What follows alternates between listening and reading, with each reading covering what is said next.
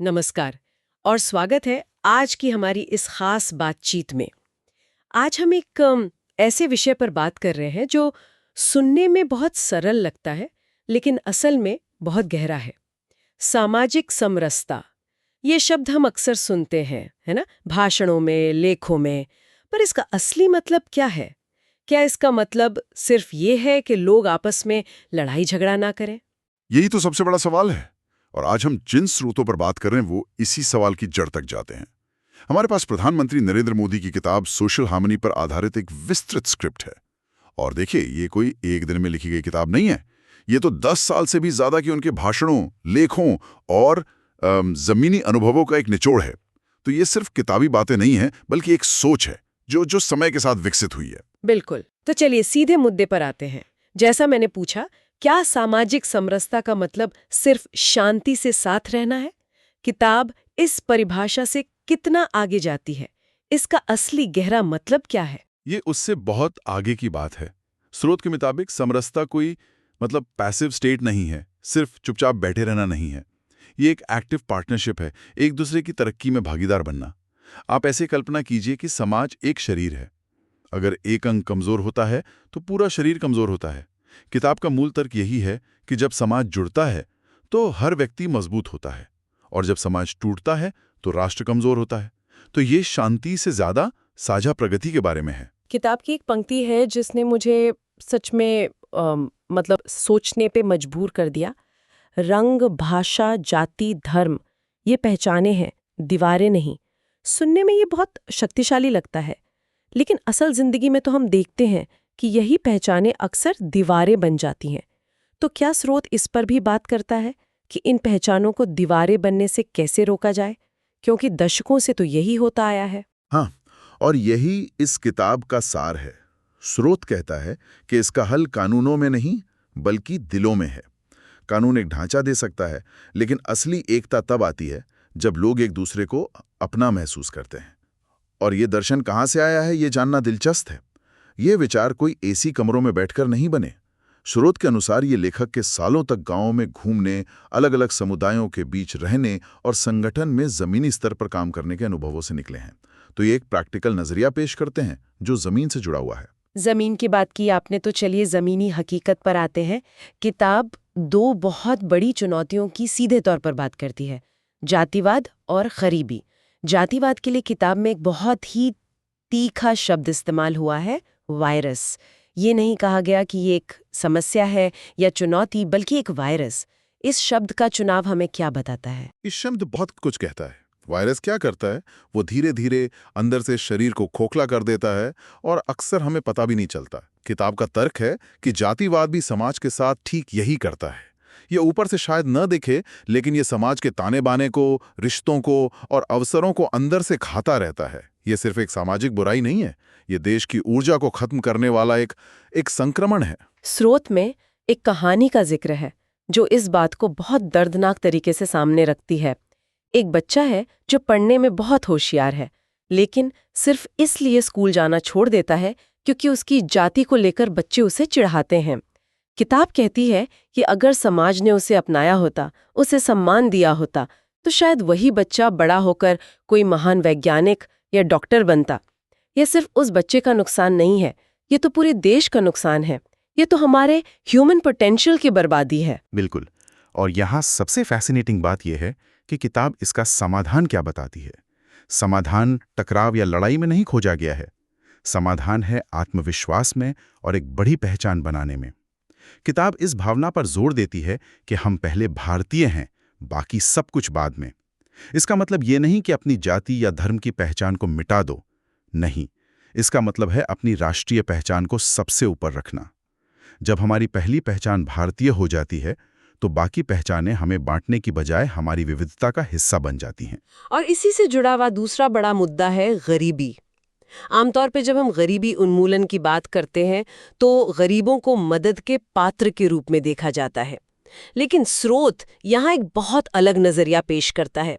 ये कहता है कि गरीबों को लाभार्थी यानी बेनिफिशरी नहीं, बल्कि विकास में भागीदार यानी पार्टनर के रूप में देखना चाहिए। हाँ, और ये सिर्फ शब्दों का खेल नहीं है, ये एक बहुत बड़ा वैचारिक बदलाव है। जब आप किसी को लाभार्थी कहते हैं तो आप अनजाने में उसे एक तरह से असहाय और निर्भर मान रहे हैं, है ना? लेकिन भागीदार कहना उन्हें बराबरी का दर्जा देता है, उनकी क्षमता पर विश्वास दिखाता है। ये सिर्फ आर्थिक मदद से आगे बढ़कर आत्मसम्मान और सशक्तिकरण की बात करता है। स्रोत के अनुसार ये वो नींव है जिस पर टिकाऊ विकास हो सकता है। ये सामाजिक न्याय के लिए भीख नहीं बल्कि अवसर देने की बात करता है। ये सम्मान और भागीदारी का विचार बहुत जरूरी है, खासकर जब हम समाज के एक ऐसे पहलू पर बात करते हैं जहां सम्मान की कमी अक्सर टकराव की वजह बनती है। मेरा मतलब है धर्म।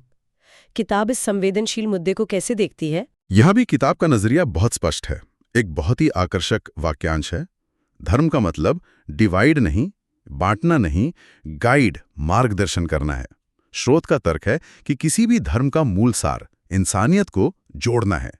अगर कोई विचार या परंपरा लोगों में नफरत पैदा करती है तो वो धर्म हो ही नहीं सकती, वो राजनीति है। ये धर्म के आध्यात्मिक उद्देश्य को उसके राजनीतिक दुरुपयोग से साफ तौर पर अलग करता है। मुझे स्रोत में बताई गई एक घटना याद आ रही है। लेखक एक धार्मिक कार्यक्रम में जाते हैं और वहां मंच पर हिंदू, मुस्लिम, सिख, ईसाई, मतलब सभी धर्मगुरु एक साथ बैठे होते हैं। उसे देखकर वो कहते हैं, यही असली भारत है। ये एक छोटी सी घटना है, लेकिन ये किताब के पूरे संदेश को एक तस्वीर में समेट देती है। और ये सिर्फ एक भावनात्मक बात नहीं है। अगर हम इसे बड़े पैमाने पर देखें तो ये संघर्ष के समाधान का एक मॉडल पेश करता है। किताब में एक 4 चरणीय मॉडल सुझाया गया है जो किसी भी तरह के सामाजिक टकराव को हल करने के लिए इस्तेमाल किया जा सकता है। 4 चरणीय मॉडल? अच्छा, क्या है वो? पहला है सुनना, फिर समझना, उसके बाद सहमत होना और अंत में समाधान बनाना। चलिए इसे थोड़ा और खोलते हैं। ये सुनने में तो अच्छा लगता है, पर असल में काम कैसे करता है? मतलब पहला कदम है सुनना। क्या इसका मतलब है कि आप उस पक्ष को भी सुने जिससे आप पूरी तरह असहमत हैं? ये तो बहुत मुश्किल है। बिल्कुल, और यही सबसे जरूरी कदम है। स्रोत कहता है कि हर समुदाय की अपनी पीड़ा होती है, अपनी कहानी होती है। समाधान एक दूसरे पर अपनी बात थोपने से नहीं आएगा। पहला कदम है सुनना, बिना किसी जजमेंट के, सिर्फ दूसरे के नजरिए को सुनना। फिर आता है समझना, खुद को उनकी जगह रखकर ये महसूस करने की कोशिश करना कि उन्हें कैसा महसूस हो रहा है। तीसरा और सबसे मुश्किल कदम है सहमत होना, उन छोटे से छोटे बिंदुओं को खोजना जहां दोनों पक्ष एक मत हो सकते हैं, चाहे वो कितने भी मामूली क्यों ना हो। और फिर अंत में उस साझा जमीन पर खड़े होकर एक समाधान बनाना।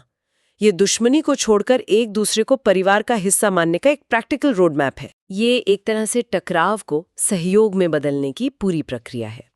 और इस सहयोग की नींव, ये समरसता की शुरुआत कहाँ से हो सकती है?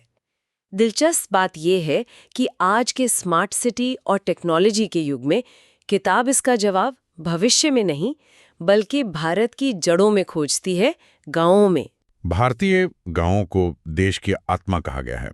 ऐसा क्यों? क्योंकि किताब का मानना है कि असली भारत अपनी पूरी विविधता और अपनेपन के साथ आज भी गांव में बसता है। लेकिन स्रोत ये भी साफ करता है कि गांव में समरसता अपने आप नहीं आ जाएगी। हाँ, इसके लिए कुछ शर्तें रखी गई हैं, एक तरह से एक चेकलिस्ट है।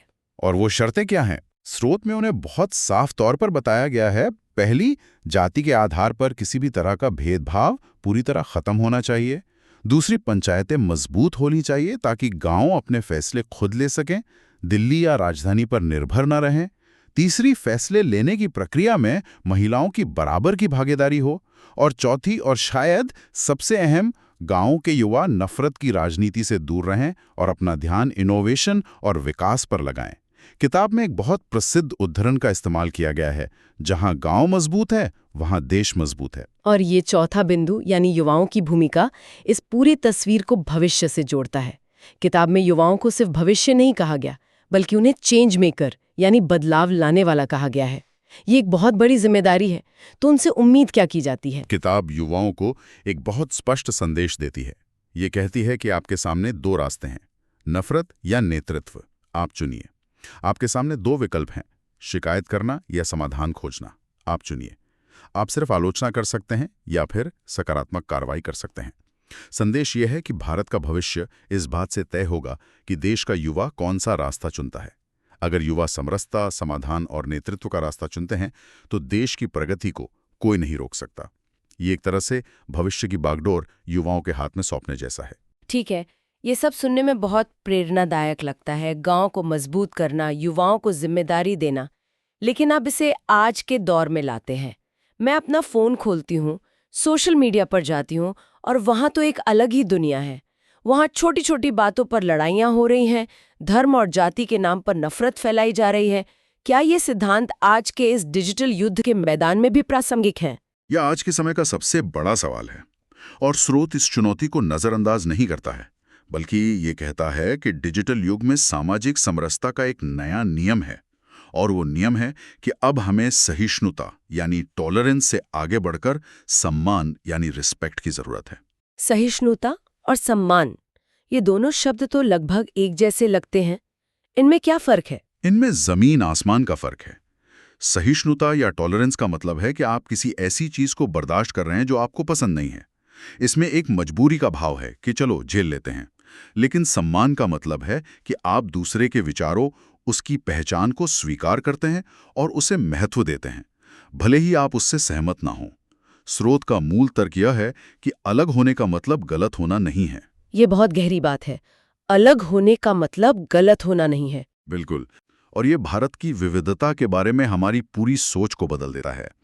अक्सर विविधता को एक समस्या या चुनौती के रूप में देखा जाता है कि इतने सारे धर्म, इतनी सारी भाषाएं, कैसे मैनेज होगा। लेकिन किताब इस धारणा को पूरी तरह पलट देती है। ये कहती है कि ये विविधता भारत की कमजोरी नहीं, बल्कि उसकी सबसे बड़ी ताकत है। ये हमारी यूनिकनेस है।